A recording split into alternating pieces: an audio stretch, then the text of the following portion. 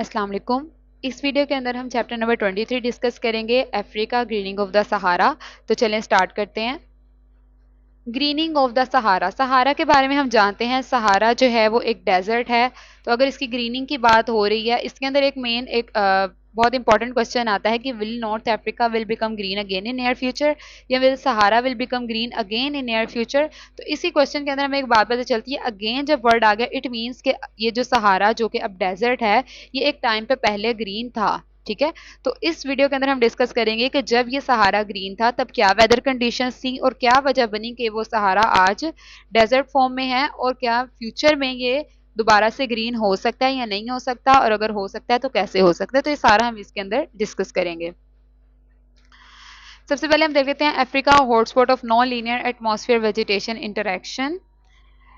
Past में climate scientist ये समझते थे कि प्लांट्स और वेजिटेशन का ग्लोबल क्लाइमेट पे कोई खास इम्पैक्ट नहीं होता, सिर्फ उनका एक यही काम होता है कि वो कार्बन डाइऑक्साइड को स्टोर करते हैं। इसके अलावा इनका क्लाइमेट पे ओवरऑल कोई इम्पैक्ट नहीं होता।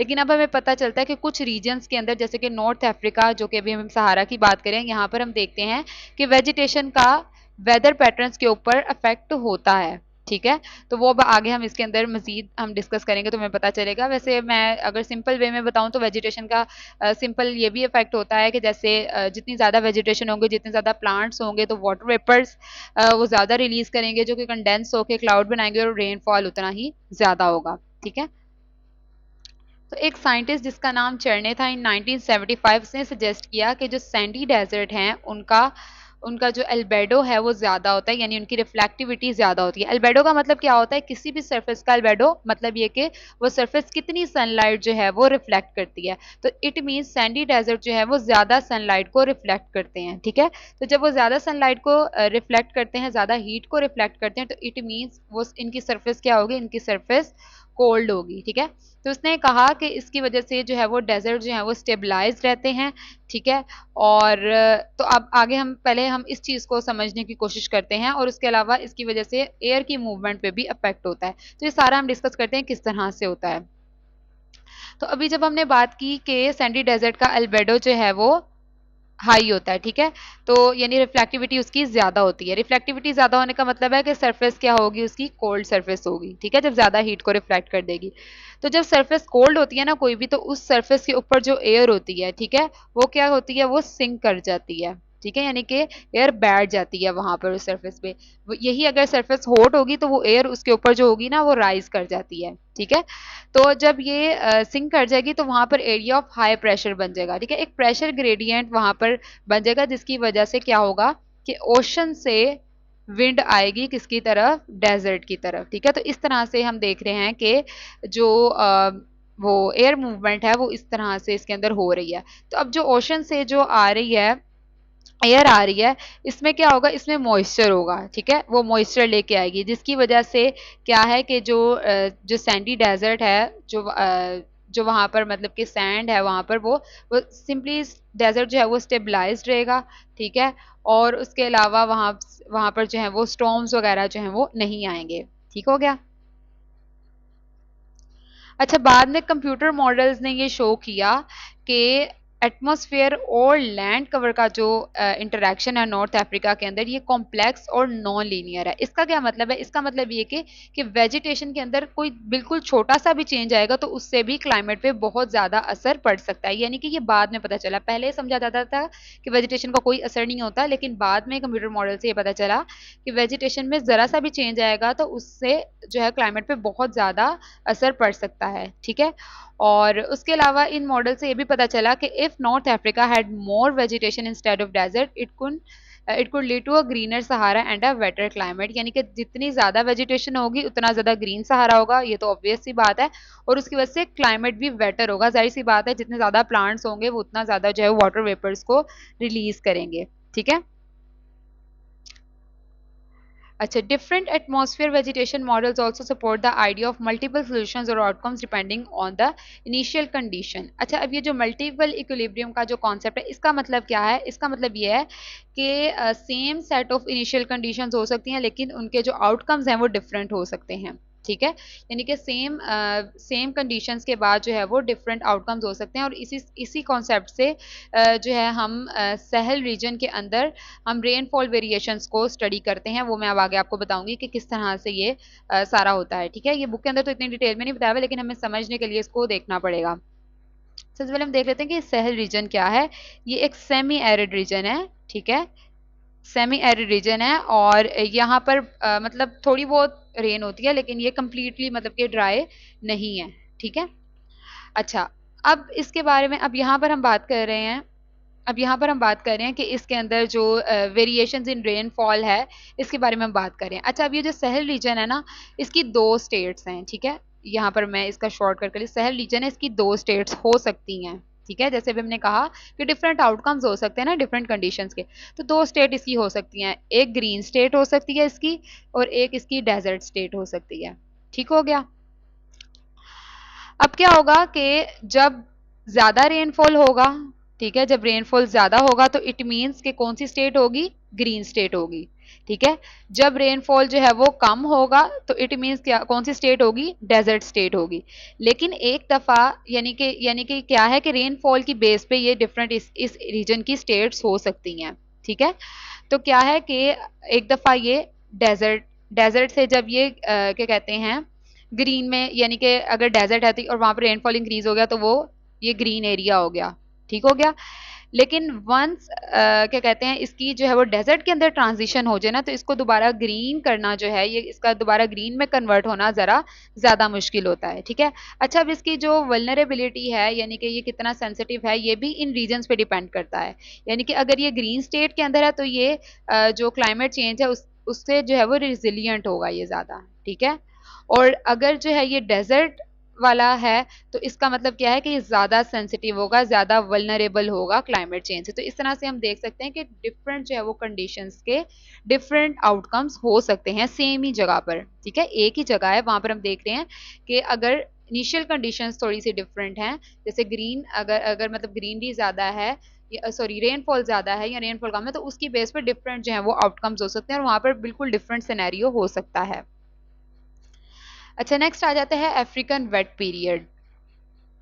पास्ट में क्या था, अब यहाँ से हमारा मेन जो चीज है वो स्टार्ट हो रही है। पहले तो हमने जस्ट ये देख लिया कि वेजिटेशन का क्या कहते हैं, कोई असर होता है या नहीं होता, होता है तो क्या होता है। तो यहाँ से अब हमारा जो है वो काम मेन स्टार्ट हो रहा है। पास्ट में जो है वो सहारा ग्रीन था। ठीक है, during Holocene climatic optimum about 9 to 6,000 years ago. ठीक है, 9 से 6,000 साल पहले तक क्या था, पहले क्या था, सहारा जो है वो ग्रीन था। और ये जो पीरियड है, इसमें क्या था कि जो नॉर्थर्न हेमिस्फेयर के जो समर है ये ज्यादा वार्म थी। ठीक हो गया। तो मतलब क्या था कि उस टाइम का जो मूनसून था ना वो भी स्ट्रॉन्ग था। वो कैसे में पता चलता है, हमें लेक लेवल्स और डस्ट रिकॉर्ड्स वगैरह से पता चलता है कि उस टाइम पे जो वहाँ का मूनसून था वो भी स्ट्रॉन्ग था। अब इसके हम रीजन देखते हैं। Paleo botanic data indicates at Sahel region. अच्छा, उस टाइम पे जो सहल रीजन था वो जरा ज्यादा बड़ा होता था, मतलब 23 डिग्री एंड हम कह सकते हैं ज्यादा बड़ा था। जबकि अब जो है वो 18 डिग्री एन है, यानी कि अफ्रीकन ह्यूमिड पीरियड में, यानी कि जब सहारा ग्रीन था तब इतना था, और अब ये जो सहल रीजन है वो कम है। तो उस टाइम पे जो सहारा की जो ग्रीनिंग है वो समझी जाती थी अर्थ के ऑर्बिटल चेंज की वजह से, कि अर्थ जो है वो अपना ऑर्बिट चेंज करती है। ठीक है, उसकी वजह से जो है वो समझा जाता था कि उसकी वजह से जो है वो ग्रीनिंग हुई है, और उसी की वजह से कहते थे कि नॉर्थ अफ्रीकन जो समर मूनसून है वो स्ट्रोंग हुआ है। लेकिन बाद में पता चला कि सिर्फ जो है ये अर्थ का ऑर्बिट जो है, अर्थ के ऑर्बिट चेंज होने से ही सहारा ग्रीन नहीं हुआ, बल्कि क्या है कि इसमें और भी डिफरेंट चीजें हो सकती हैं, मतलब वेजिटेशन भी इसका जो है वो रीजन हो सकती है। ठीक है, यानी कि वेजिटेशन की वजह से भी सहारा जो है वो ग्रीन हो सकता है, उसका भी सिग्निफिकेंट रोल हो सकता है। अच्छा, कुछ रिसर्चर्स ने ये भी सजेस्ट किया कि जो ओशंस हैं इनका भी इसके अंदर रोल हो सकता है, यानी कि ओशंस की वजह से भी ज़्यादा स्ट्रॉन्ग जो है वो समर मूनसून हो सकते हैं। लेकिन बाद में पता चला कि ज़्यादा जो रोल था वो किसका था, वो चेंजेस इन वेजिटेशन का ही था।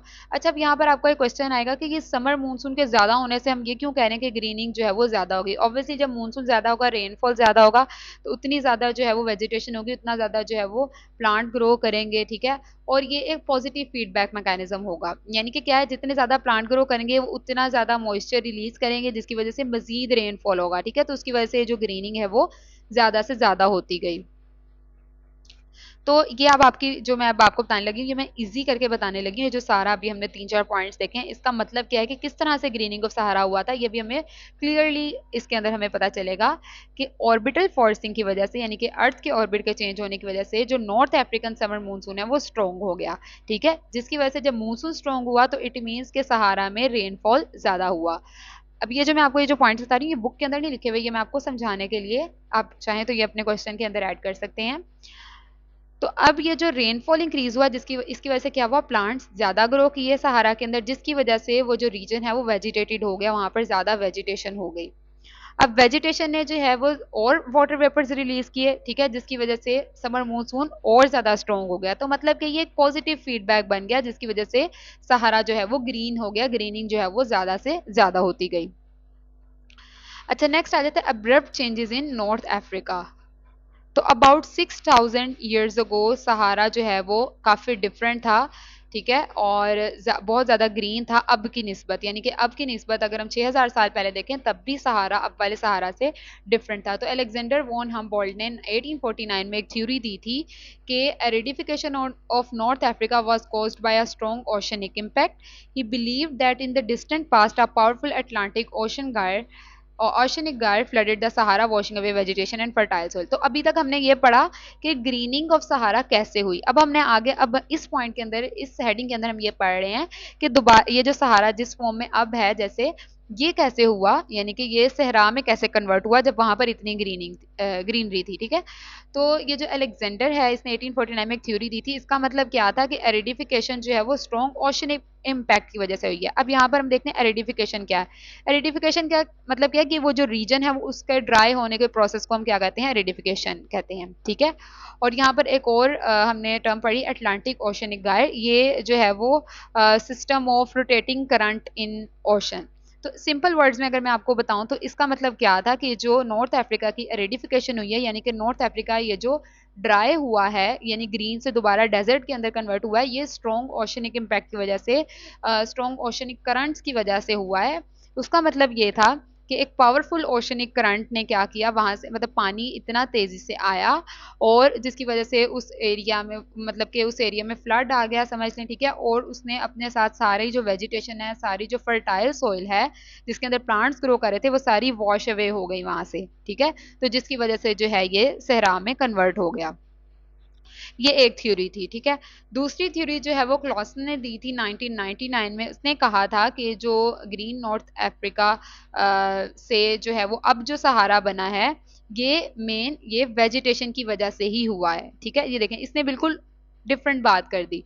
मतलब उसने कहा था कि एक मतलब बहुत सारा पानी आया, उस पानी वो सारा कुछ बहा के अपने साथ ले गया। इसमें इसने क्या कहा था कि ये वेजिटेशन की वजह से ही हुआ है। ठीक है, इस काम के लिए उसने जो है वो मॉडल यूज किया, जिसके अंदर जो है वो एटमॉस्फेयर, ओशन और वेजिटेशन के दरमियान जो इंटरेक्शंस हैं उनको जो है वो स्टडी किया गया था। तो उसके अंदर जो देखा गया उसके मुताबिक क्या था कि अर्थ के जो ऑर्बिटल पैटर्न्स हैं उसमें जो है वो चेंजेस आए, जिसकी वजह से ये जो नॉर्थ अफ्रीकन क्लाइमेट है इसके अंदर शिफ्ट आना शुरू हुआ। ठीक है, अभी हम दूसरी थ्योरी पढ़ रहे हैं जिसके मुताबिक क्या था कि वेजिटेशन ही वजह थी। अब वेजिटेशन ही कैसे वजह थी वो अब हम इसके अंदर देख रहे हैं कि जब अर्थ का ऑर्बिटल पैटर्न चेंज हुए, जैसे पहले अर्थ के ऑर्बिटल पैटर्न चेंज होने की वजह से ग्रीनरी ज्यादा आई थी। ठीक है, तो अब अर्थ का ऑर्बिटल पैटर्न फिर से चेंज होने की वजह से क्या है कि अब क्या हुआ कि इस चेंजेस की वजह से जो सहारा डेजर्ट जो है वो थोड़ा सा ड्राई हुआ। इन ड्राई कंडीशंस के अंदर क्या था, इन ड्राई कंडीशंस के अंदर जो वेजिटेशन है वो फिर डिक्रीज होती गई सहारा के अंदर। ठीक है, और इसकी वजह से क्या है कि सरफेस जो है वो ज्यादा रिफ्लेक्टिव हो गई। ठीक है, जाहिर सी बात, जैसे हमने पहले भी कहा था, सैंडी डेजर्ट जो है वो ज्यादा, उनका एल्बेडो ज्यादा होता है। तो जब वहां से वेजिटेशन कम होती गई, जो ग्रीन सहारा था, पौधे कम होते गए, तो वो सरफेस जो है वो ज्यादा रिफ्लेक्टिव होती गई, जिसकी वजह से सहारा डेजर्ट जो है वो कूल हो गया। उसके कूल होने की वजह से नॉर्थ अफ्रीकन मानसून जो है वो वीक हो गया। जो हमने पॉइंट्स पहले पढ़े ना उसका उल्ट हो रहा है अब। ठीक है, पहले क्या था, मानसून स्ट्रॉन्ग हो रहा था प्लांट्स के ज्यादा होने से। जब प्लांट्स कम होते जाएंगे तो ये जो मानसून जो है ये वीक होता जाएगा। ठीक है, अब ये वीक होता जाएगा तो उसकी वजह से रेनफॉल जो है वो अल्टीमेटली कम होता जाएगा, जिसकी वजह से आहिस्ता आहिस्ता जो है वो वेजिटेशन लॉस बिल्कुल हो जाएगा। ठीक हो गया। तो इससे जैसे उसके अंदर भी एक पॉजिटिव फीडबैक था उस उन कंडीशंस के हिसाब से, इस कंडीशन में भी क्या है, एक पॉजिटिव फीडबैक है कि जितनी वेजिटेशन कम होती जाएगी उतना जो है वो क्या कहते हैं, रेनफॉल जो है वो कम होता जाएगा और मजीद जो है वो जो ये सहरा जो है ये बन जाएगा। ठीक है। अच्छा, अब ये जो सारा जो ट्रांजिशन है इसकी जो टाइमिंग और इसकी जो टाइमिंग है ये ग्लोबल प्रोसेसेस जैसे कि large scale temperature differences between northern and southern hemisphere, इसके ऊपर ये डिपेंड करता है। ठीक है, यानी कि इन दोनों हेमिस्फीयर्स के असल में जो टेम्परेचर था वो डिफरेंट था। ठीक है, और ये जो ग्लोबल प्रोसेसेस हैं these are influenced by changes in vegetation in the northern regions and Arctic sea ice among other factors. ठीक है, तो दूसरे फैक्टर्स के साथ ये चीज़ें भी इस जो ट्रांजिशन है इस पे अफेक्ट करती हैं। अच्छा, अब हमारा क्वेश्चन आता है, will not Africa become green again या will Sahara become green again? ये क्या ऐसा होगा कि ये दोबारा से ग्रीन होगा कि नहीं होगा? ठीक है, यानी कि अब तक हमने क्या पढ़ा, हमने सबसे पहले हमने देखा कि वेजिटेशन का कोई असर होता है या नहीं होता। उसके बाद हमने देखा कि जब सहारा ग्रीन था तो किस तरह से वो ग्रीन हुआ था। फिर हमने देखा कि वो जो अब जिस कंडीशन में है यानी कि सहरा, फिर वो कैसे बन गया।